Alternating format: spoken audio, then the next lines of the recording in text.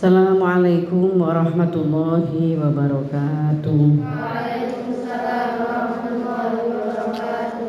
Bismillahirrahmanirrahim. Subhanakallahumma Rabbana la ilma lana illa ma 'allamtana innaka antal alimul hakim. Tub 'alaina innaka antat tawwabur rahim. Wa taqabbal minna innaka antas samiul 'alim. Wa'allimna min ladunka ilman nafi'an ya dzal jalali wal ikram. Allahumma aftah lana hikmataka wansur alaina rahmataka ya dzal jalali wal ikram. Rabbi shrah li sadri wa yassir li amri wahlul 'uqdatam min lisani yafqahu qawli bi rahmatika ya arhamar rahimin. Bismillahirrahmanirrahim. Alhamdulillahirabbil alamin. Wassalatu wassalamu ala sayyidil mursalin wa ala alihi wa sahbihi ajma'in. Qala al-mu'allifu rahimahullahu ta'ala wa nafa'na bihi wa bi ulumihi wa amadana bi asrarihi wa a'ada alaina min barakatihi fid dharaini amin ya rabbal alamin.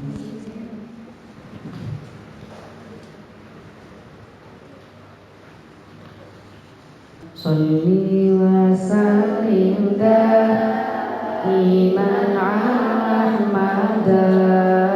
Salli wa sallim daiman ala Ahmad wal ali wal ashabi man qad wahada wal ali wal ashabi man qad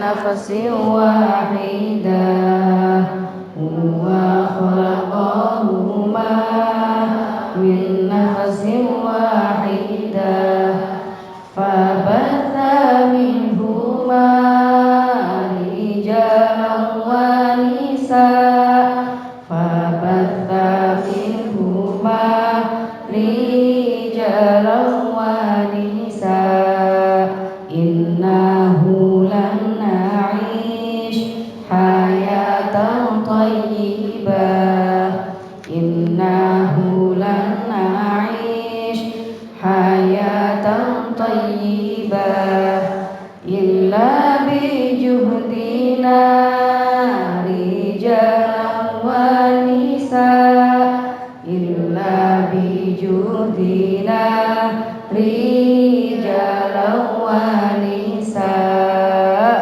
إنه لن نشهد حياة عادلة إنه لن نشهد حياة عادلة إلا بعدلنا رجالا ونساء إلا بعدلنا rijala wanisa. Ada kehidupan yang harmonis, yang indah, yang baik tanpa kesungguhan laki-laki perempuan untuk membuat kehidupan, menciptakan kehidupan yang harmonis. Tidak ada juga kita bisa menyaksikan kehidupan yang adil tanpa keadilan laki dan perempuan. Keadilan yang diciptakan oleh laki-laki dan perempuan. Kita lanjutkan babul mar'ah wa kasbiha lil arzak wa infaqiha. Nah, jadi ini perempuan bekerja ya.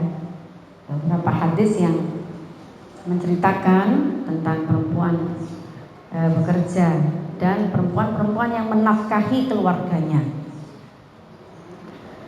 An Jabir bin Abdullah radhiyallahu anhu yaqulu tuliqat khalati fa aradat an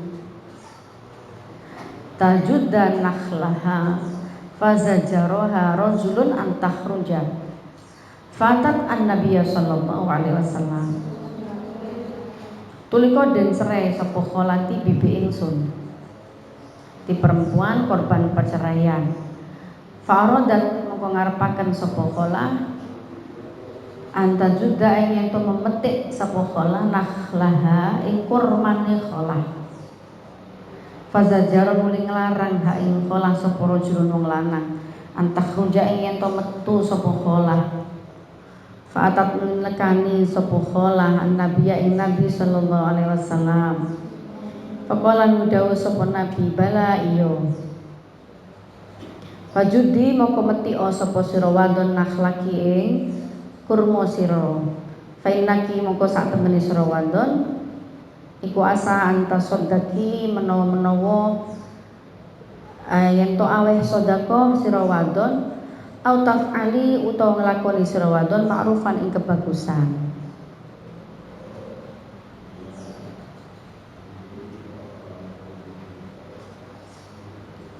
Dia ada perempuan korban perceraian yang diceritakan oleh Jabir ibnu Abdullah, itu kholahnya. Lalu dia tidak ada yang menghidupi dia, tidak ada pula saudara yang membantu penghidupan dia. Kemudian dia bekerja di kebun korma. Perempuan ini bekerja di kebun korma. Lalu dia tetap keluar untuk menghidupi dirinya agar dapat biaya untuk menghidupi dirinya. Terus oleh laki-laki, salah seorang laki-laki di zaman itu dilarang, kamu perempuan iddah kok keluar kamu, tidak boleh. Terus beliau ini kholahnya Jabir ini lalu sowan ke Rasulullah. Pripun iki Kanjeng Nabi? Jadi gak ada celengan, gak ada simpanan uang celengan yang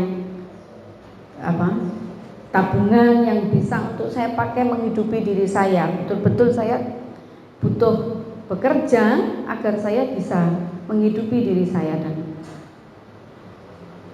Nabi dawuh bala fajudi nakhlak asa anta soddaki au taf'ali. Ya gak apa-apa, lanjutkan kerjamu. Mudah-mudahan kamu bisa bersedekah dengan pekerjaanmu itu, dengan hasil dari pekerjamu, dan kamu bisa melakukan kebaikan dari hasil pekerjamu itu, dari pekerjamu. Jadi dawuhnya Rasul ini berarti ya kalau itu memang kebutuhan mendesak ya silakan, tidak apa-apa, tapi harus ada kebaikan, harus punya niat yang baik. Ya, perempuan iddah ini harus punya niat yang baik. Ini perhatikan loh ini, karena sekarang itu banyak perempuan-perempuan yang iddah terus tidak memperhatikan iddahnya, dia tetap saja bekerja keluar rumah. Jadi menerjang aturan iddah yang sudah ditetapkan tanpa ada alasan. Ini kan perempuan ini maturnya ke Rasulullah karena memang dia tidak punya biaya hidup yang memang bekerja itu betul-betul dia butuhkan untuk biaya hidup dia. Tapi Rasulullah terdawuhi asa anta soddaki au taf'ali ma'rufa. Kalimat ini ya, taf'ali ma'rufa. Di dalam pekerjamu itu ada sesuatu yang baik yang kamu lakukan. Nah, terus kalau keluar rumah cari laki lain misalnya, alhamdulillah, kan bisa saja itu terjadi, padahal masih dalam kondisi iddah. Jadi kan tidak ma'rufah. Atau misalkan masih ada simpanan yang cukup untuk biaya hidup, sementara harus dipertimbangkan betul, sementara kalau keluar itu bisa menjadi fitnah bagi dirinya, ya dihindari saja. Bukankah nanti juga dorornya, bahayanya juga akan kembali kepada dirinya sendiri. Kalau tidak ada alasan yang mendesak, misalkan hal seperti yang disampaikan oleh Rasulullah, kalau dengan bekerja itu kamu bisa bersedekah dengan baik dan melakukan amal-amal yang ma'ruf, baik ya, berarti gak sampai tujuan yang lain untuk kemaksiatan dan lain-lain, maka lakukanlah, tidak apa-apa. Wajada an-nakhl ay qata'a samrohu. Lafat wajada an-nakhl ay qata'a samrohu itu memotong buahnya nakhl, wa akhdahu lan ngalap nakhl.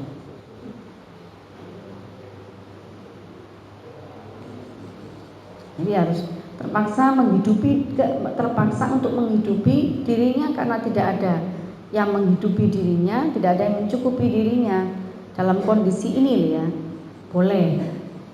Tapi di Jawa umumnya atau di Madura itu umumnya masih banyak simpatisan, dulur-dulur itu bodoh simpati, kadang masih tidur di rumahnya bergilir, dia punya saudara terus dicukupi. Kalau tidak ada kebutuhan yang sangat mendesak, dia harus keluar sendiri mencari nafkah sendiri karena saudara-saudaranya, lingkungannya masih sangat kondusif ya jangan keluar rumah karena akan menjadi fitnah itu.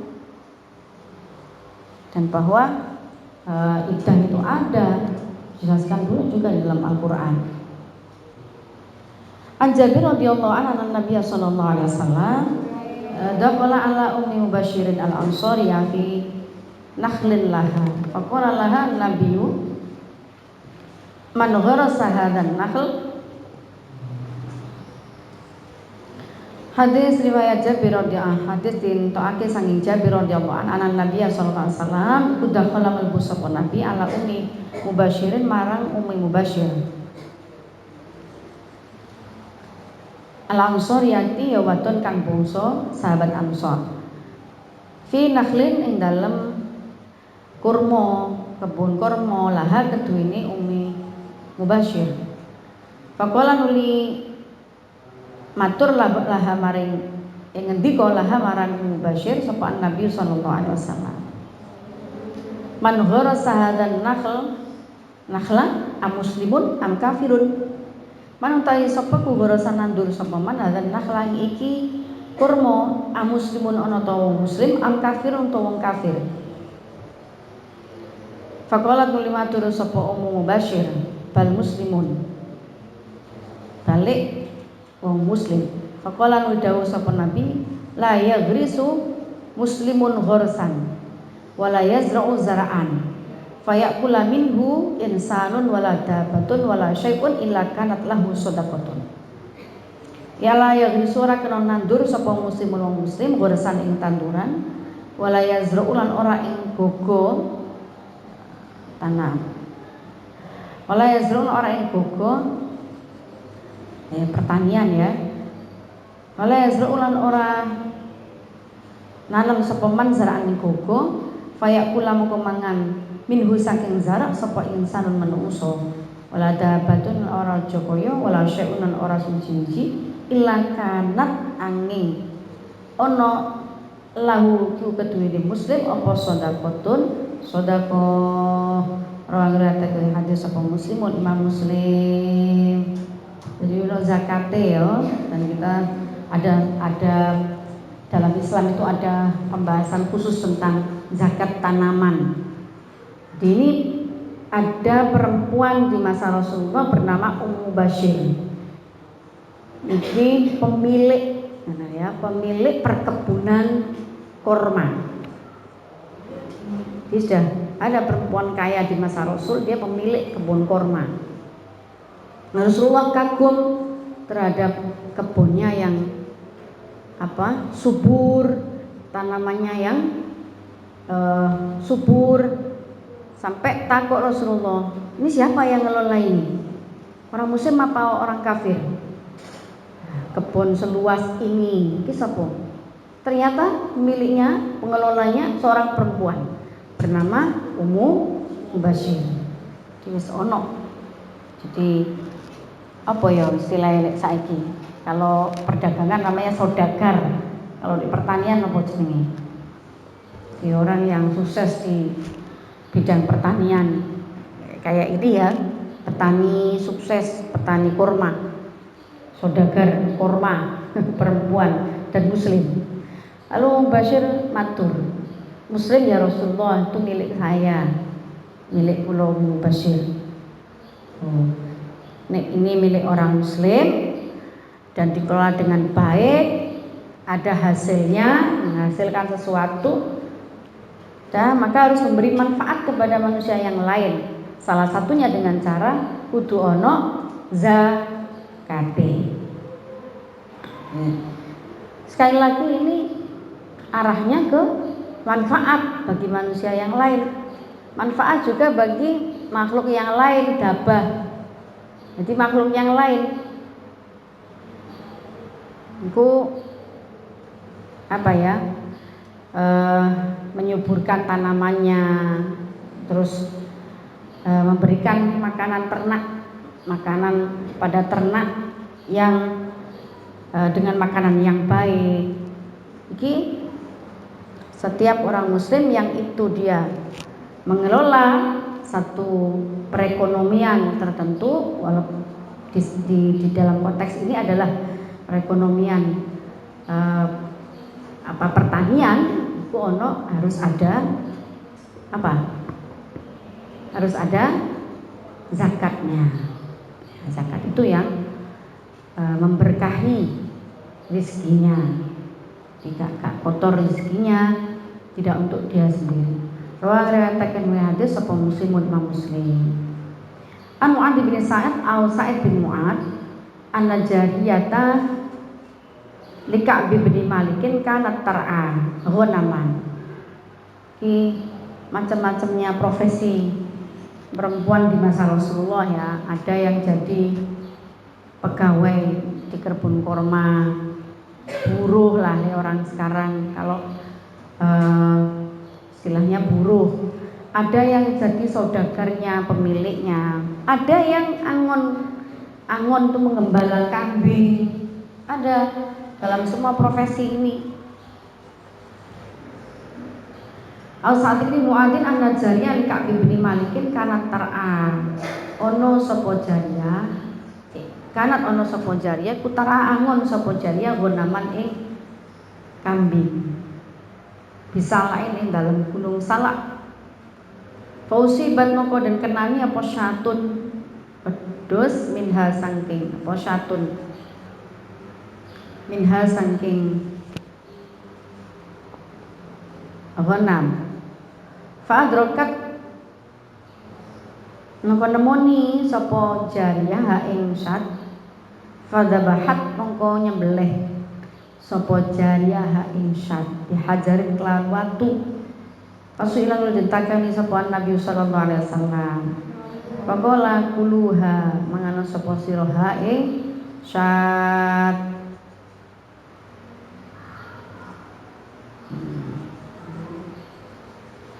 Rawang riwayatake hadis sapa Al-Bukhari an Fatimah binti Qais radhiyallahu anha wa ummu syarikin imra'atun ghaniyatun minal ansar azimatun nafaqati fi sabilillah yang zilu 'alaiha adhifana. Tiada lagi perempuan yang bernama Ummu Syarik iku imra'atun ghaniyatun, perempuan sangat kaya minal ansori saking golongan sahabat Ansor azimun nafaqati kang gede nafakoi akeh nafkai fisabilillah dalam dalane Allah yang zilu tumeka tumurun alaiha ing atase Ummu Syarik sapa adhifanu pira-pira tamu. Zaman Nabi, cerita dari Sayyidah Fatimah, ada perempuan namanya Ummu Syarik, kaya raya, dia dari golongan sahabat Ansor. Tapi dia luman sekali, azimatun nafaqah. Jadi iki lho bukti ya, siapapun yang akramakum indallahi atqakum. Dia berhak, perempuan itu berhak, kalau memang kekayaan itu adalah dari hasil dirinya sendiri, dia berhak mengelola semaksimal mungkin hasil kekayaannya itu untuk kepentingan umat, untuk kepentingan umat. Seperti Ummu Syarik, ini perempuan kaya raya dari sahabat Ansor, dan dia banyak kedatangan tamu ya untuk minta bantuan, untuk dia bantu.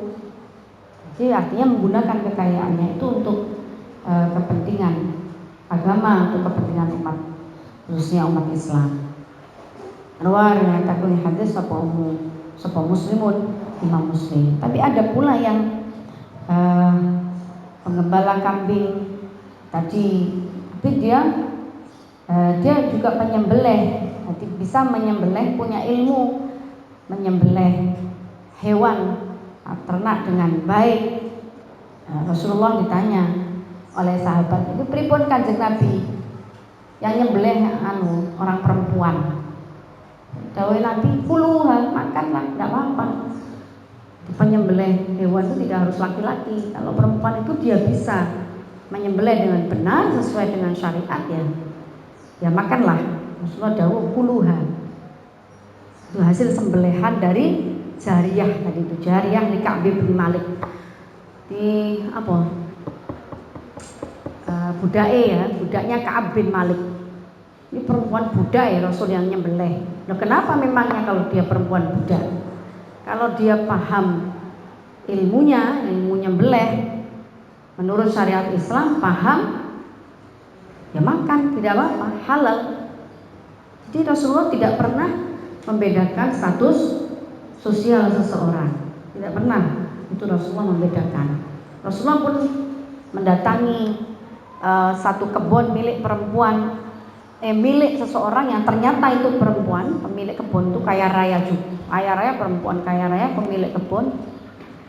Ya sama Rasulullah juga dinasihati, juga diajari bagaimana cara yang benar mengelola uang.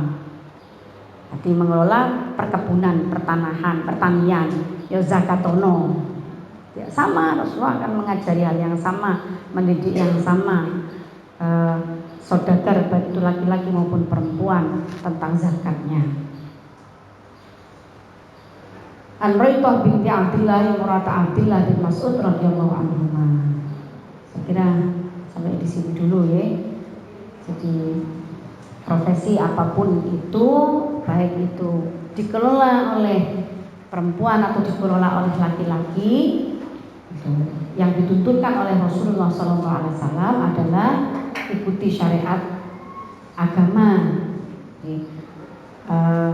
gunakan syariat agama di dalam mengelola itu semua. Terus zakat-zakat, perhatikan zakat-zakatnya. Tidak ada pembedaan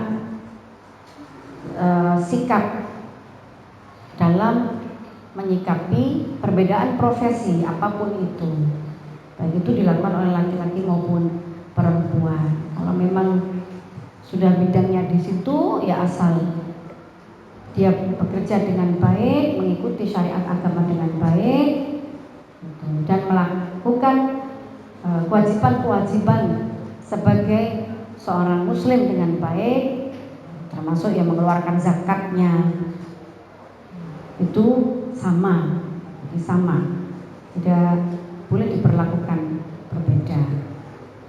Ya, meskipun di lingkungan kita itu masih banyak sekali perbedaannya, ya. Jadi pekerja kalau di pabrik-pabrik itu kadang masih dibedakan, kerja laki-laki sama perempuan itu beda. Jadi lebih tinggi gajinya pekerja laki-laki.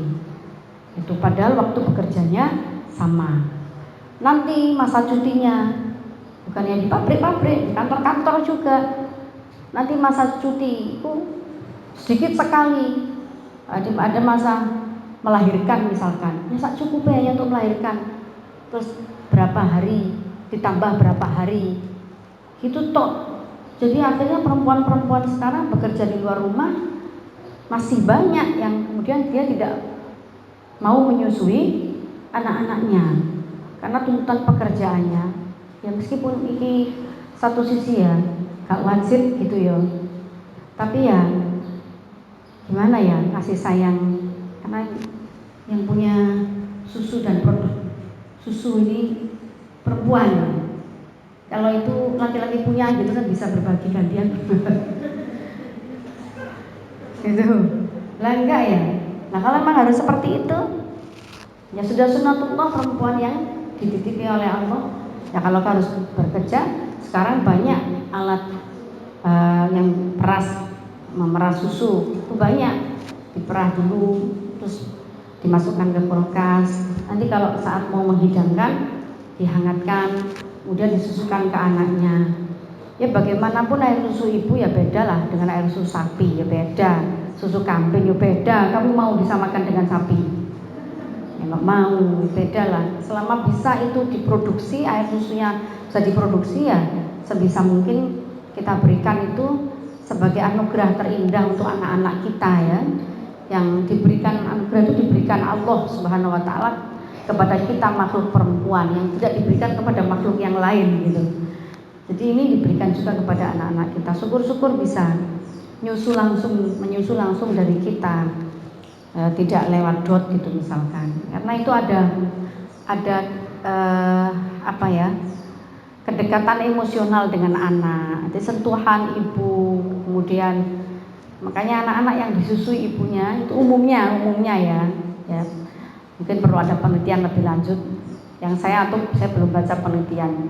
Ini saya sendiri punya anak gitu, 5 anak nggak tanggung-tanggung dan semua saya susui insyaallah haulaini kamilain alhamdulillah. Padahal saya juga bekerja. Bahasa orang sekarang saya bekerja. Saya sejak dari belum punya anak itu sudah ngajar di luar rumah. Selain mengelola pesantren, pondok, saya sudah ngajar di madrasah-madrasah di lingkungan Tambak Beras. Itu ya tetap saya berusaha menyusui sendiri haulaini kamilain itu. Usaha, karena ya beda. Ya kalau pengalaman saya sih beda yang disusui dengan ASI dengan dot itu beda. Ketahanan tubuhnya itu masih jauh lebih kuat anak-anak yang disusui dengan ASI. Jadi gak gampang loro, gak gampang sakit. Jangan, sebenarnya tidak karena alasan pekerjaan ya. Nah, kecuali memang misalkan single parent, perempuan itu perempuan yang hidup sendiri, tidak ada yang membiayai hidupnya dan anaknya. Nah, kalau seperti ini ya mau tidak mau dia harus bekerja. Nah, mboten nopo-nopo, bekerja tidak dilarang kan dalam Islam. Katanya ada banyak hadis yang sudah kita kaji atau kita ngaji tadi itu. Mboten nopo-nopo, tapi ya jangan abaikan hak-hak orang di sekitar kita. Rasulullah kan menasihati begitu, ma'ruf ya. Jadi ada hak-hak orang-orang di sekitar kita. Misalnya ada hak anak-anak kita yang mesti kita tunaikan misalkan. Ya atas nama kasih sayang lah. Jangan semua itu dianggap membebani. Apapun kalau semua dianggap membebani ya jadi beban. Tapi kalau itu dianggap hal yang memberikan manfaat pada orang lain, kepada makhluk Allah, itu ma'ruf, sesuatu yang baik, itu semangat kita, seneng menjalaninya itu dengan seneng. Ya bukankah setiap orang ingin punya amal yang baik, ingin menambah-nambah amal solehnya, nah termasuk menyusui kan amal soleh, masih gak kewajiban, bukan wajib beliau. Tapi amal soleh, kan enak kan, gak taklif, orang koyo sesuatu yang membebani kita. Kita mau melakukan itu ya, itu amal soleh semua itu. Bukankah itu menguntungkan kita kalau kita mau menjalani dengan bahagia, dengan seneng. Adik lucu, nyusunnya ngutil-ngutil anaknya, ngiduna anaknya, lucu. Jadi ada kebahagiaan tersendiri bagi ibu kalau dia bahagia dekat dengan anak-anaknya, menyusui anak-anaknya, demikian pula anak-anaknya. Nah, jangan itu jadi beban ya, sehingga kamu akan terus protes terhadap kehidupanmu, lingkunganmu. Kamu tidak bahagia karena kamu melakukan itu semua dengan terpaksa. Andai itu semua kita bayangkan sebagai satu ladang ibadah yang luar biasa, yang itu tidak bisa dilakukan oleh orang lain, termasuk oleh suami kita. Saya tadi katakan tidak ada air susu sumbernya dari suami, itu kan tidak ada. Nah, ini berarti kan satu-satunya sumber itu dari kita yang dititipi Allah Subhanahu Wa Taala. Itu menjadi indah semuanya. Indah, membahagiakan, bernilai ibadah lagi, bernilai pahala lagi. Karena kan sangat baik. Nah, kalau kemudian dilihat sisi yang lain, ya akhirnya ruwet. Apapun itu kalau dipandang dari sisi negatifnya, ya ruwet. Ya mudah-mudahan kita selalu bisa melihat yang sisi yang baik ya dari ini semua. termasuk berbagi peran gitu. Kalau ibunya sudah menyusui, lelah menyusui, bangun malam itu ya pasangannya harus paham kondisi yang melelahkan ini. Jadi tugas-tugas yang lain, nah ya sebaik-baik kamu adalah yang paling baik akhlaknya kepada perempuan. Nabi dawuh ngoten. Dadi ini laki-laki butuh paham. Saya itu sejak punya anak pertama itu kalau malam itu nggak pernah bangun. Bu ya apa Bu? Ya maksudnya gak menetangi ini anakku nangis terus dinasehati kalau Bu Nyai. Jadi, kan ibu sudah wafat waktu itu. Akhirnya Bu Nyai yang telepon. Tahu saya punya anak, terus Bu Nyai telepon. Yang telepon bukan saya, yang telepon abahnya anak-anak. Abah kolek telepon, Gus begini. Diajari jadi ayah yang baik. Jadi kalau anaknya bangun kan di box, anaknya taruh di box. Kalau taruh tidur sama saya takut kepenyet saya, taruh di box. Nanti kalau ngeri itu abahnya yang bangun ambil ditaruh di saya untuk disusui. Nanti selesai diambil lagi sama abahnya ditaruh. Enak is. Karek buka berangkas itu tutup meneh turu maneh. Dan saling membantu gitu ya. Pokoknya ini pedomannya. Sebaik-baik kamu laki-laki adalah orang yang berlaku paling baik pada istrinya.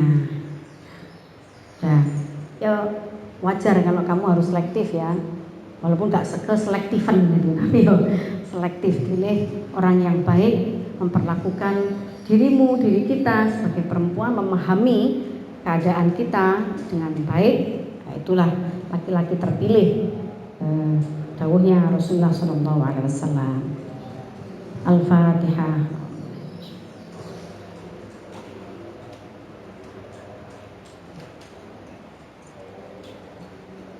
Bismillahirrahmanirrahim. Allahumma sholli ala sayyidina Muhammad wa ala ali sayyidina Muhammad. Allahumma inni astaudiuka ma 'allamtani faruddu ilayya 'inda hajati ilayhi wa la tunsi ya rabbal alamin. Allahumma inni astaudiuka ma 'allamtani faruddu ilayya 'inda hajati ilayhi wa la tunsi ya rabbal alamin. Allahumma inni astaudiuka ma 'allamtani faruddu ilayya 'inda hajati ilayhi wa la tunsini ya rabbal alamin. Assalamualaikum warahmatullahi wabarakatuh.